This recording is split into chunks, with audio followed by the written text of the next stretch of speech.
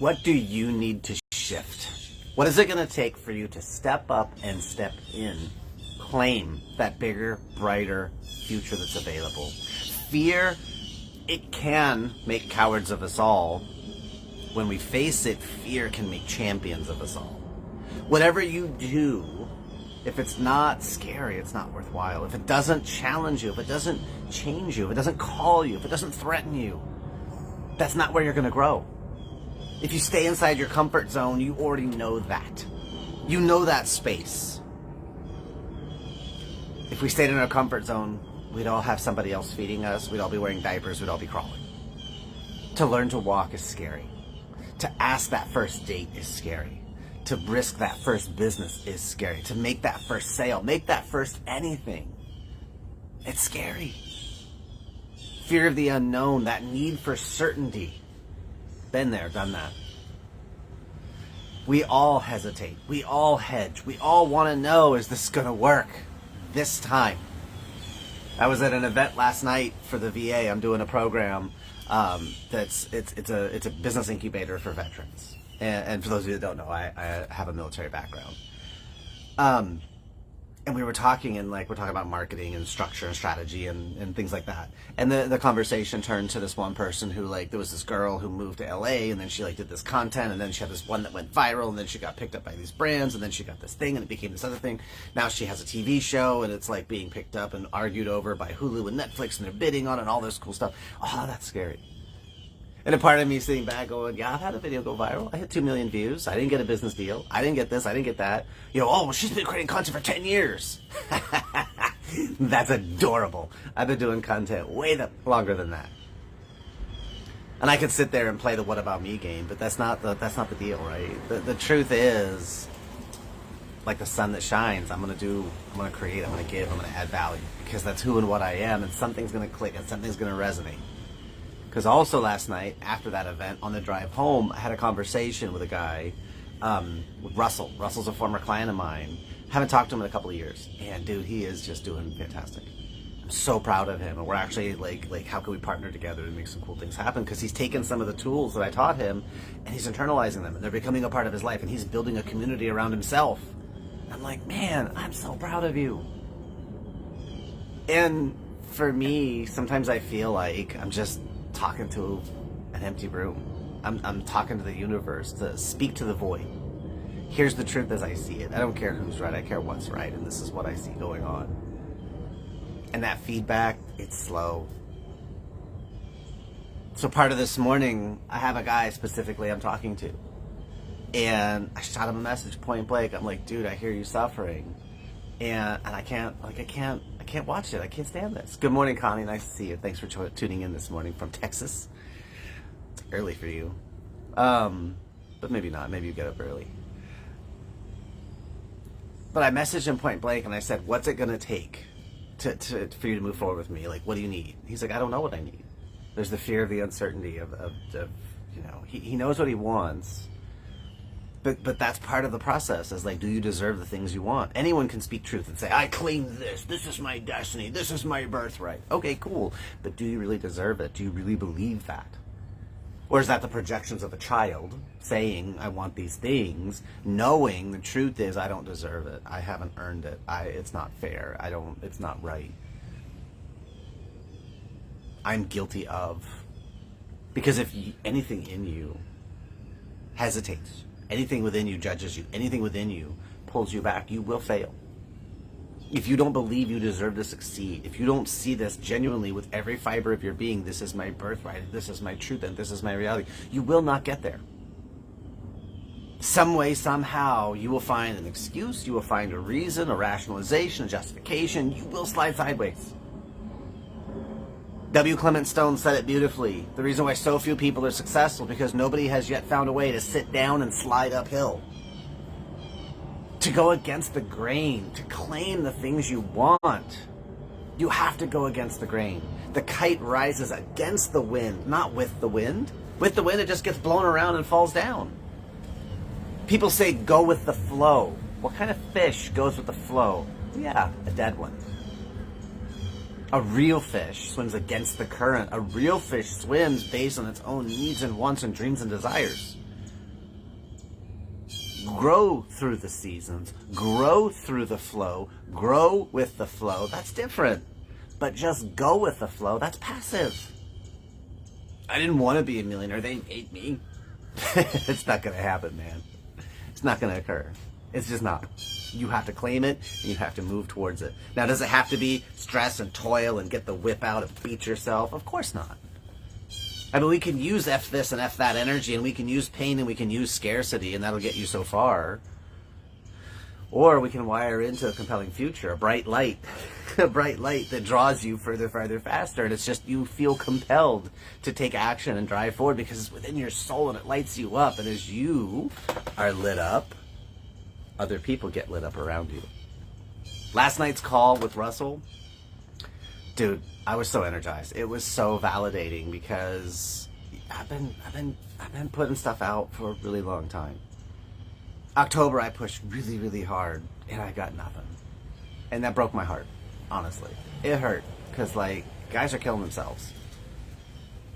Men are ending their lives for their belief systems, because they decide, I don't deserve this. I'm the problem, and they remove themselves from the equation of life, and that doesn't need to happen. But I gotta get the word out. I gotta get the message further, farther, faster. I need the shares and the likes and the comments. Not for me, not for my ego. Because honestly, I'm good. I'm so just, I love my wife, I love my daughter, I love my life. But there's so many people suffering, and they're interested in making a change, but they're not invested.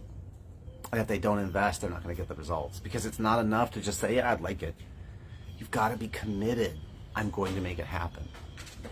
Now, in Russell's situation, his one-on-one client, we got together, like, working on his marriage. Didn't happen. For whatever reason, his wife did not want to recover the marriage. She wanted to be out. Okay. He did everything he could. He stretched himself. We did all these different things for about 3 months. And he made the decision, I don't want to keep her in a prison that she doesn't want to be in. This was a couple years ago. So they separated and did all the things. And they're still in process of divorce because getting a job, losing a job, like there's some complexity there because life is messy. But they come together to co-parent their sons beautifully and respectfully because, look, it's about the boys, whatever our issues. And that was the big thing with him, was being able to help him find his peace and his integrity and his self-respect so that he could move forward without weaponizing, without victimizing, without blaming himself. Because, no, it's we've been together a long time. We got married young, understanding, just we're growing in different directions. And recently she called him to apologize for some things. Can you believe that? A woman? A woman apologizing? Women never apologize. Yeah, that's crap. Women apologize, men apologize. People grow, people change. Right? I hear the wounds that people throw out and project. Women, submit to your men, please. Well, if a woman's disrespecting you, blah, blah, blah. Dude, if you can get disrespected by a woman, then you need to work on yourself first. Because all she can do is share perspective. You chose to take it as disrespectful. You chose to allow yourself to feel disrespected versus, dude, she is where she is. And she's going through what she's going through. And hey, she has what she needs. Cool. Can you show up? Can you step up? Can you step in a way that works for her? Maybe, maybe not. Can you heal the pain between the two of you? Maybe, maybe not. But what you can do is you can stop adding to the damage and you can start listening to this person as an authentic human being in front of you with needs, wants, dreams, desires, and show up to create a win-win. Now, does that mean you stay together? Does that mean you separate? Does that mean you end your relationship? You gotta roll the dice. That's part of your life and your mission to experience. That's your lessons to move through and grow through. And maybe things can be healed and maybe things can be recovered and maybe they separate. Maybe they end. And maybe you learn from that to go forward. I had a 5-year relationship that failed. And I shut off like 2 years emotionally. I was just dead. I could teach Kung Fu and I could bathe. Sometimes I would eat. That was it. That was about all I had. 2 years. I was just like, I was done. This was the woman I was going to marry and I was going to this and that. And if you just love someone enough, it'll change and it'll grow and we'll figure it out and we'll work through it. And I had all these stories and all these stories. Now, 2 weeks after we split up, she's seeing other people. She's violating values that in our relationship, there was just things she was doing that weren't allowed to do when we were together. But all of a sudden, oh, hey, she's single. I mean, the silly one is she would go to the gym and wear makeup, and like 3-4 weeks earlier, she was laughing at people that wear makeup in the gym, and there she is wearing makeup in the gym. I mean, I don't care. I don't wear makeup, so I have no opinion. But I look at that relationship now, and all the dysfunction and the toxicity and all the things makes me appreciate Autumn and who and what she is intrinsically. And there's times when she's stressed, or times when she's judging herself, or times when she feels like she's too much or this or that. And I look at her and I'm like, no, babe, please, you're amazing. The sun shines out your butt and you don't even realize it. Because I went through this other stuff, and I appreciate you so much, because that's not you. You're not that person. And that's not to make my former relationship wrong, because she was where she was, and she had stuff that she hadn't resolved, and I had stuff I hadn't resolved. I had to work through my things. The who I am now is not the guy that would have been in that relationship. Do I want to go back to that relationship? No, because she didn't want kids. I want to be a dad. It's a fundamental mismatch, and there's no amount of let me love you enough that you'll want to have kids when you don't want to have kids. That's her deal. She doesn't want to have kids. Cool. Respect that, Jeremy. Listen to that, Jeremy. Because I didn't. I'll convince you. Manipulation. What? So, first date with Autumn, second date with Autumn, first non-date, yeah, like Tuesday night, I remember. We were at Serendipity, and she was like, I can't have kids. I can't have any more kids. But I'll probably foster or adopt later. Like, before she even finished that thought, and I was like, holy crap, this is an amazing woman. She's already thought this through. Everything about Autumn is so not anybody else I've dated. That's like, we met and married in 6 months. Like, there's a reason. And she was way too freaking young for me, and I'm way too freaking old for her. Like, both of us. We're 8 years outside of our range. Like, no way in hell. So, whatever you're going through, I want to encourage you. Think about, go through it on your own versus go through with a community. Russell has a group for people that are divorced or going through divorce. And there's so many people in his group, 500-600 people now, that they're starting to do meetings in person, and that people sit in the car and they're worried and they're scared. Because what are they going to think of me? They're going to judge me. No one really knows what this is like. And then, they make the decision. They step into that fear, and they go and take action, and they meet people, and oh my gosh, they have it worse than me. They have a similar situation to me. I'm not alone. I'm not crazy. I'm not broken. I'm not damaged. I'm not to blame. This was just a thing that came, and it happens to other people too. Oh, wow. And knowing you're not in an echo chamber of your own head and your own heart is a beautiful thing. Community is so important. So, for my guy that's struggling, part of the I don't know what I need tells me that in our initial conversation, I didn't do a good job of isolating where he's at and what's going on.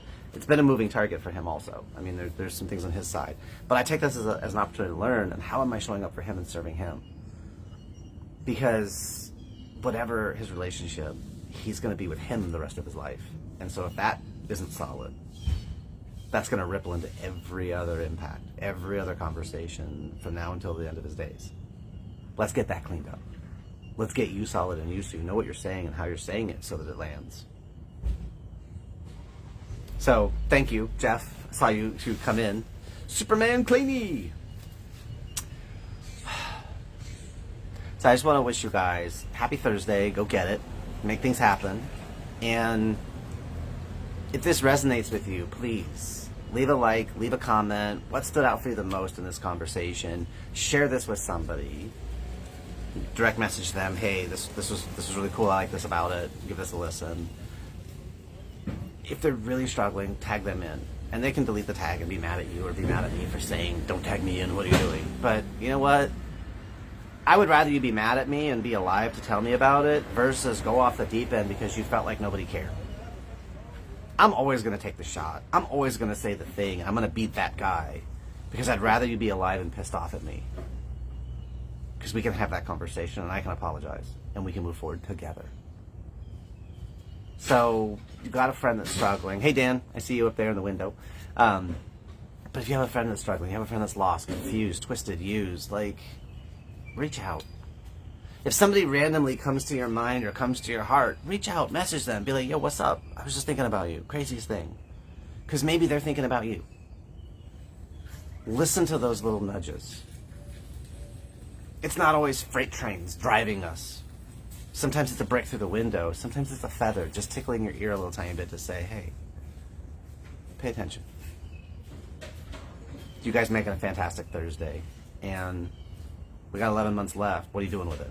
Are you getting after your goals? Are you making things happen?